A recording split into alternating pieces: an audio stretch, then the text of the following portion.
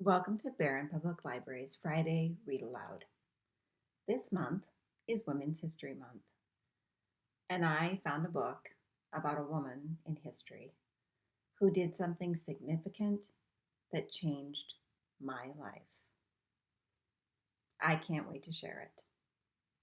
Enjoy. Miss Moore thought otherwise. Written by Jan Pinborough, illustrated by Debby Atwell.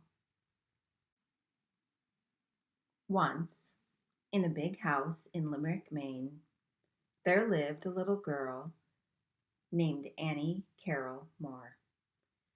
She had large gray eyes, 7 older brothers, and ideas of her own.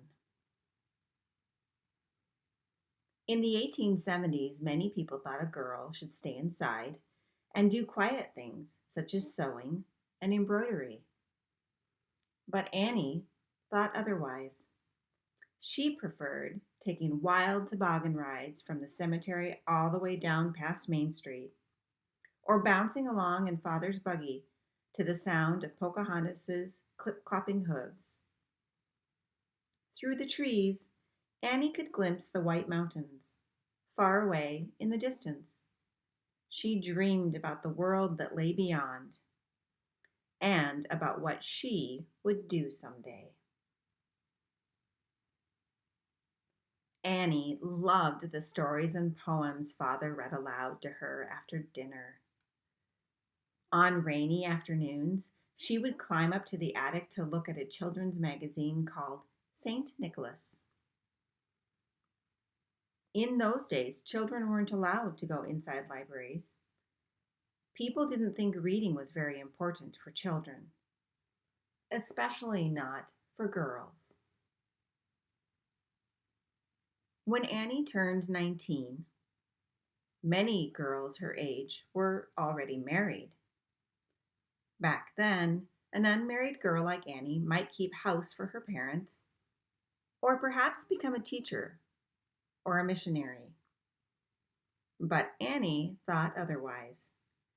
She decided to become a lawyer, like her father. And day after day, she went to his law office to learn how. Then, in one terrible week, Annie's parents both died from the flu. When her brother's wife died too, Annie stayed home to take care of her 2 little nieces. Venturing beyond the White Mountains would have to wait. After several years, her brother married again, and Annie heard exciting news. Libraries were hiring women as librarians. Annie packed her bags and traveled to Brooklyn, New York, to enroll in the Pratt Institute Library School. New York was a big city. Some people thought it was a dangerous place for a young woman to live on her own. But Annie thought otherwise. She loved walking along its busy cobblestone streets, going to the circus and the opera, and riding in a horse-drawn car across the great Brooklyn Bridge. Annie studied hard. She graduated from library school and got her first job as a librarian at the Pratt Free Library. Some libraries were beginning to let children come inside, but Annie's library had something brand new, a library room planned just for children.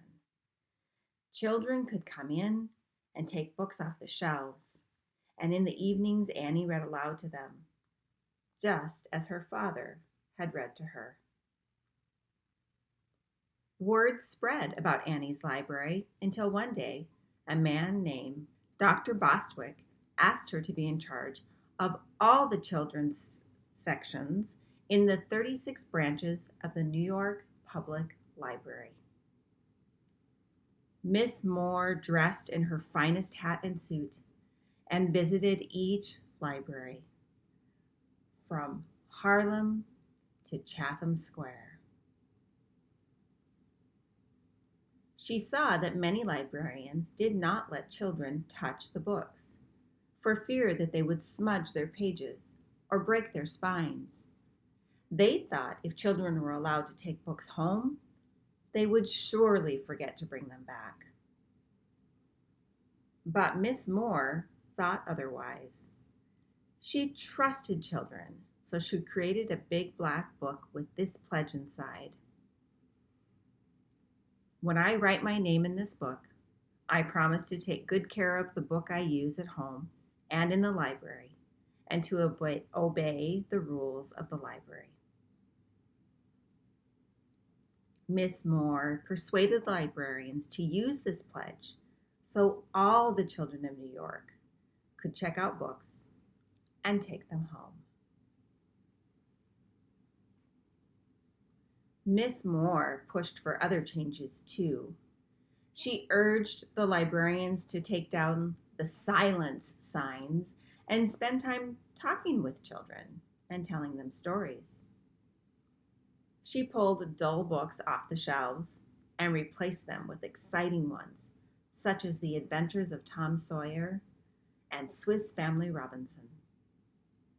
She wrote book reviews and made book lists to help parents, librarians, and teachers find good books for children, and to encourage book publishers to publish better children's books.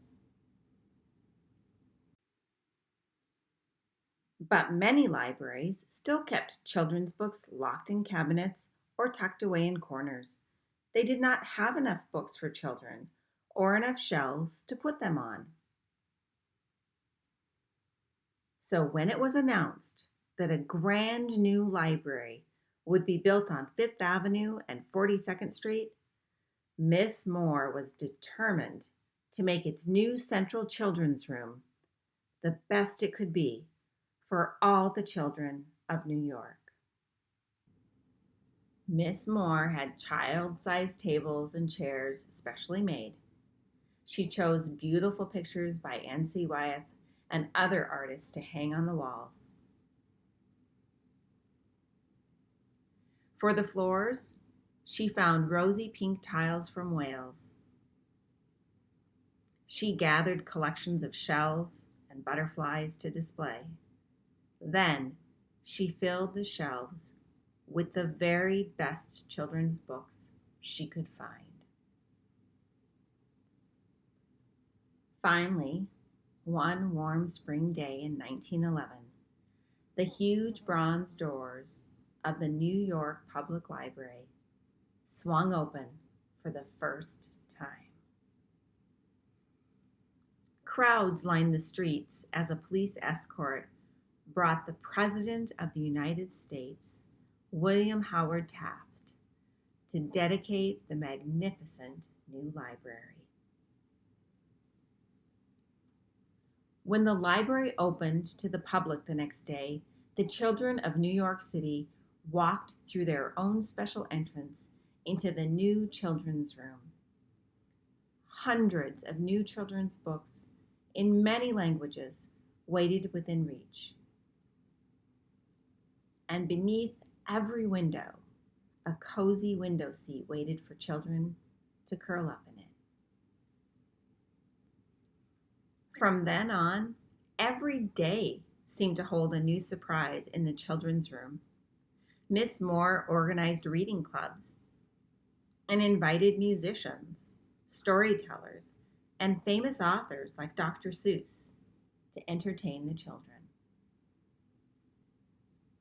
Often, Miss Moore would reach into her handbag and pull out a wooden doll named Nicholas Knickerbocker. Children who were just learning English felt less shy about talking when Nicholas was around. One day, the King and Queen of Belgium visited the New York Public Library. "You must come see the children's room," Miss Moore told the Queen. That day, all the children in the library, from the richest to the poorest, shook hands with a king and a queen. Outside the library walls, 2 world wars, epidemics, and the Great Depression came and went. But inside, the children's room was always warm and bright, a place where children could meet other children and learn interesting things. In big cities and small towns across America, more and more libraries began to copy Miss Moore's Central Children's Room. So did libraries in England, France, Belgium, Sweden, Russia, India, and Japan. When Miss Moore turned 70 years old, it was time for her to retire. Some people thought she should sit quietly at home. But Miss Moore thought otherwise. Her friends at the library gave her a set of luggage with a small green suitcase for Nicholas. And she traveled across the country, teaching more people how to make good libraries for children.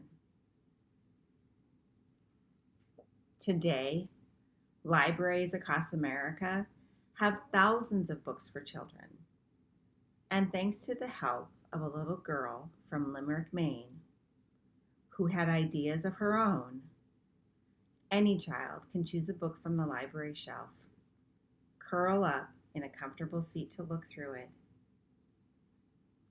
and then take it home to read. When I was about 6 years old, I had my first trip to the library, compliments of a generous neighbor who took her own children.